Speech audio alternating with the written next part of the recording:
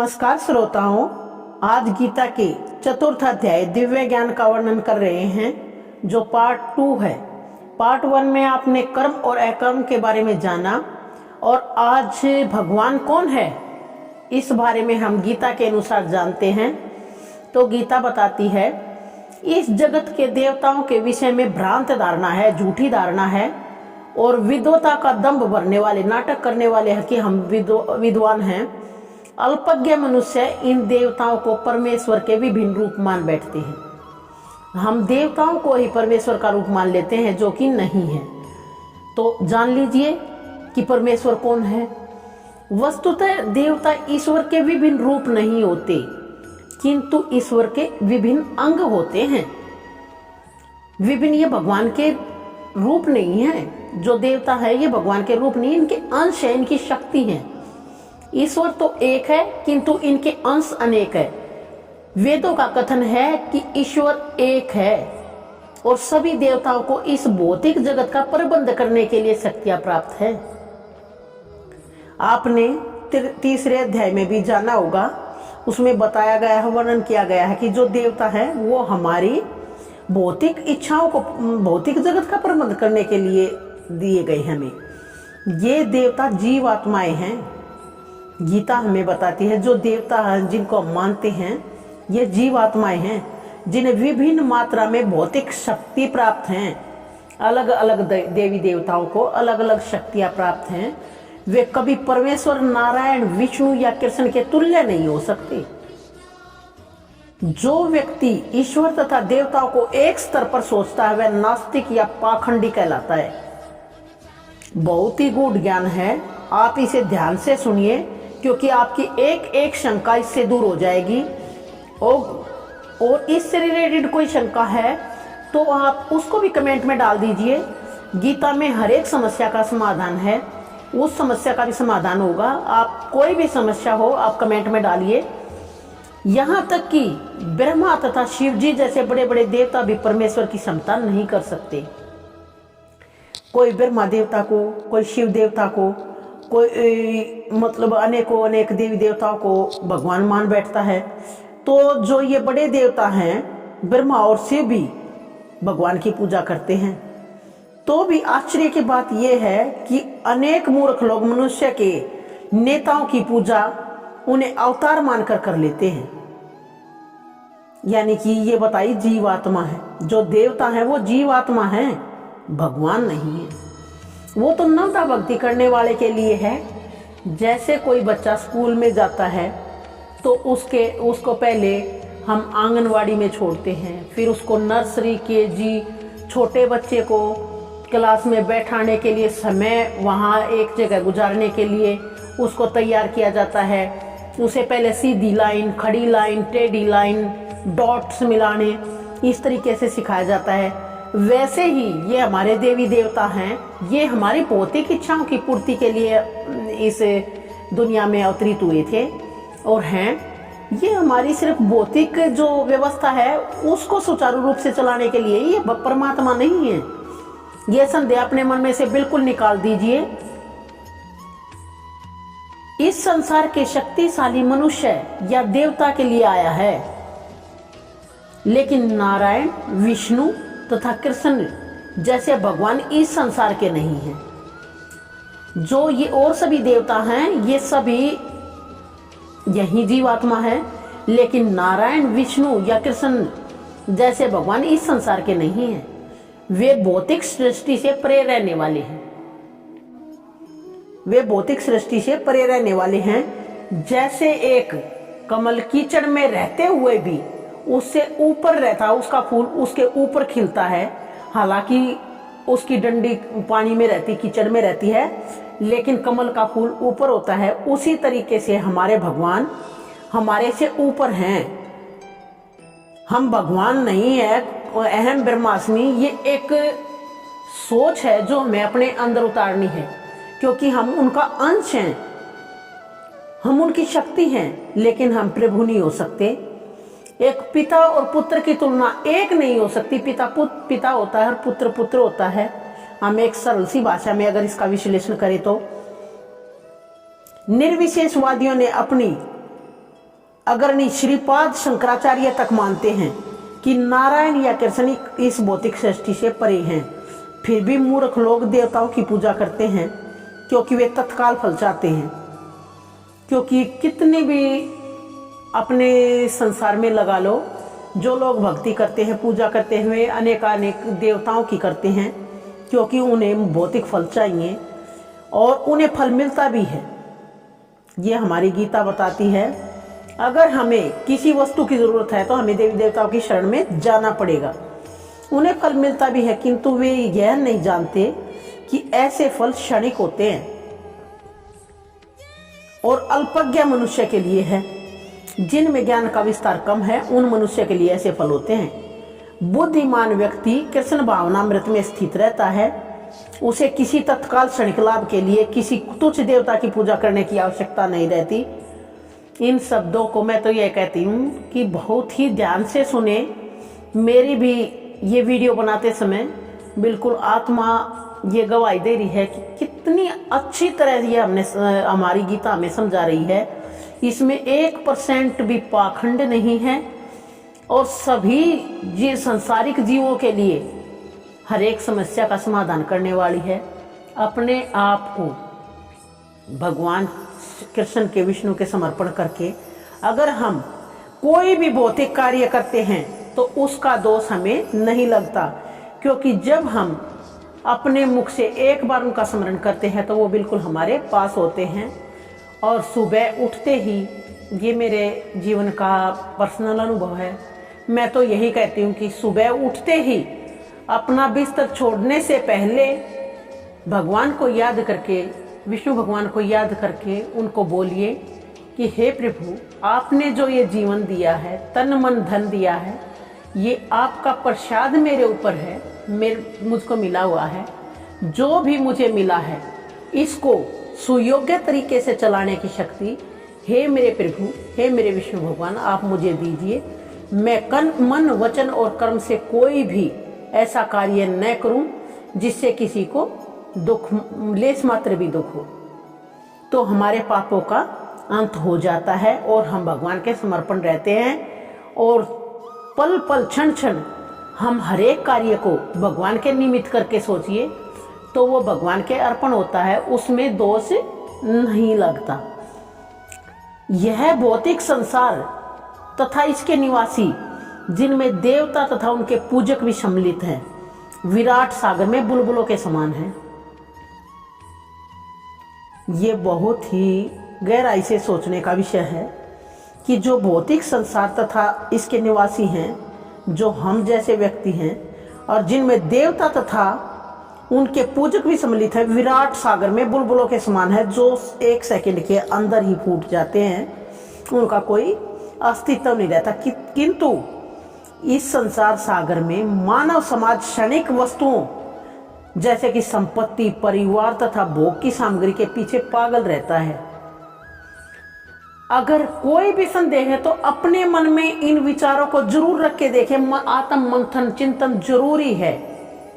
अगर हम आत्म चिंतन करेंगे तो हमारी एक एक करके हमारी सारी कृतियां, जो दुष्कृतियां हैं, वो निकल जाएंगी। ऐसा कोई भी व्यक्ति नहीं है जो पूर्ण हो। पूर्ण सिर्फ पूर्ण परमेश्वर ही है। ऐसे क्षणिक वस्तुओं को प्राप्त करने के लिए लोग देवताओं की या मानव समाज के शक्तिशाली व्यक्तियों की पूजा करते हैं।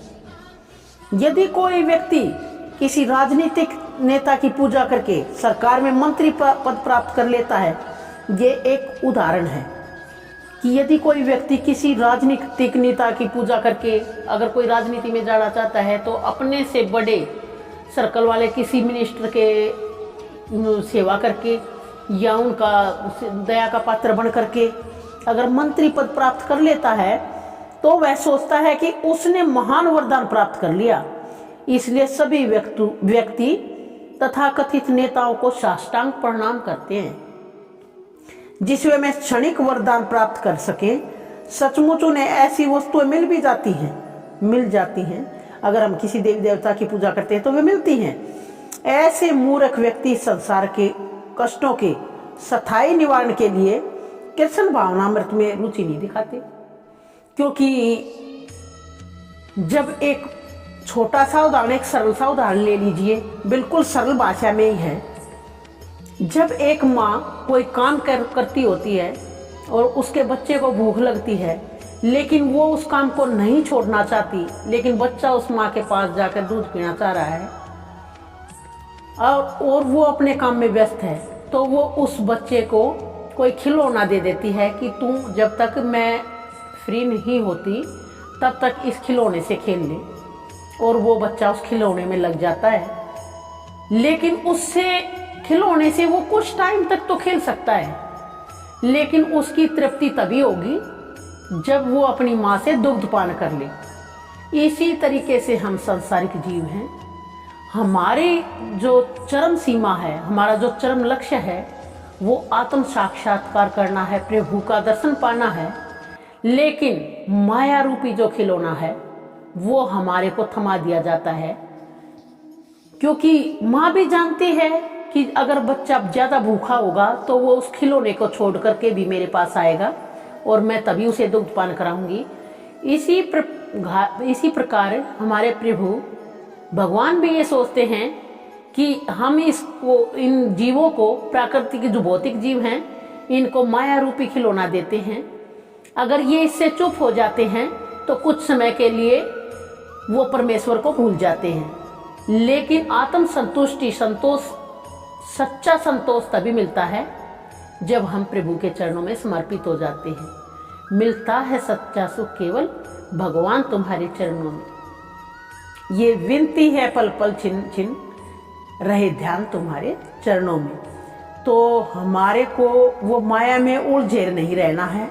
भगवान ने हमें ये माया रूपी, ये अच्छे अच्छे वस्त्र, अच्छे भवन, अच्छे गाड़ी वगैरह जो भी भौतिक चीजें प्रदान करी हैं, हमें इनके अंदर बस के नहीं रहना है। हमें ज्ञान प्राप्ति की इच्छा रखनी है, अपने आप को कृष्ण भावना भावित करना है। हर एक जो दैनिक भौतिक कार्य हैं वो मेरे प्रभु परमेश्वर भगवान विष्णु को समर्पित कर करके करनी है, जिससे हमारा आत्म उद्धार हो सके। हम माया रूपी खिलौने में लिपटे रहने वाले नहीं हैं, ना ही हमारा ये लक्ष्य है। हम इस जीवन में, हमारा शरीर जो मनुष्य शरीर है वो पाप और पुण्य के द्वारा ही बनता है। पाप पुण्य अगर हमारे जीवन में नहीं है तो हमारी मुक्ति हो जाती है, लेकिन जब हमारे पाप और पुण्य की बराबर मात्रा होती है तो हमें मानव जीवन मिलता है। लेकिन उस मानव जीवन को भगवान ने इसलिए दिया है कि इसमें ये बच्चा आत्मबोध कर करके, मुझे भूल न करके और मेरे पास आए, मुझे समर्पित हो जाए और मैं उन्हें भगवत धाम पहुंचा दूं।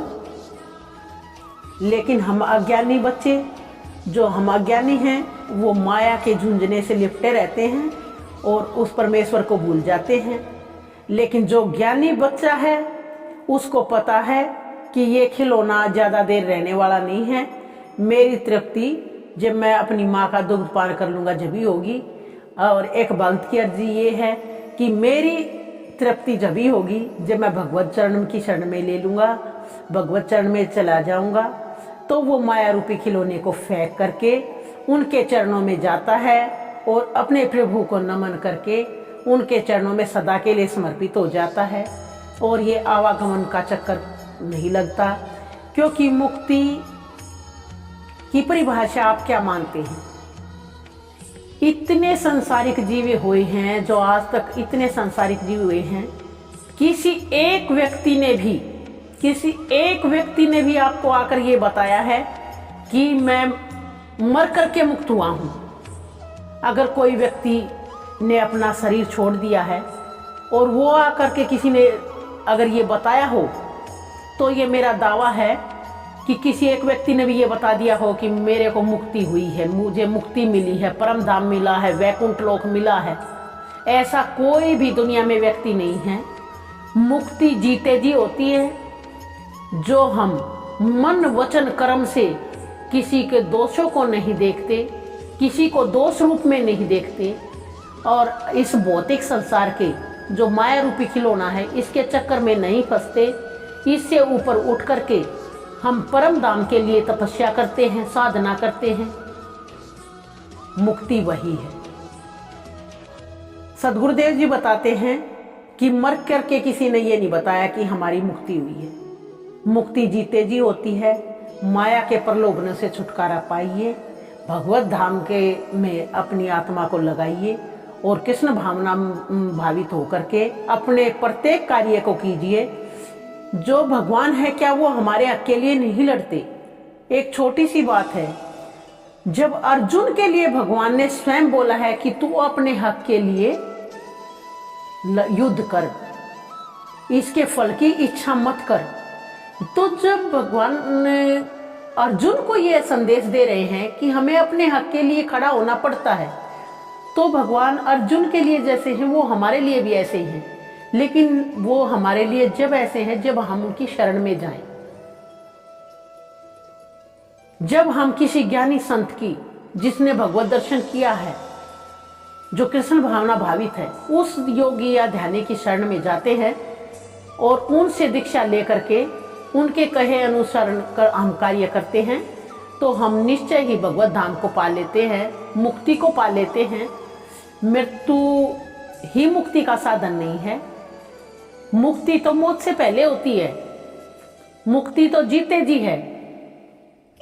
अपना किसी को न मान करके, सब कुछ भगवान का मान करके, उसको हम तो सिर्फ भोग रहे हैं। ये भगवान का दिया हुआ प्रसाद है और इसको हम भोग रहे हैं, ये मुक्ति है।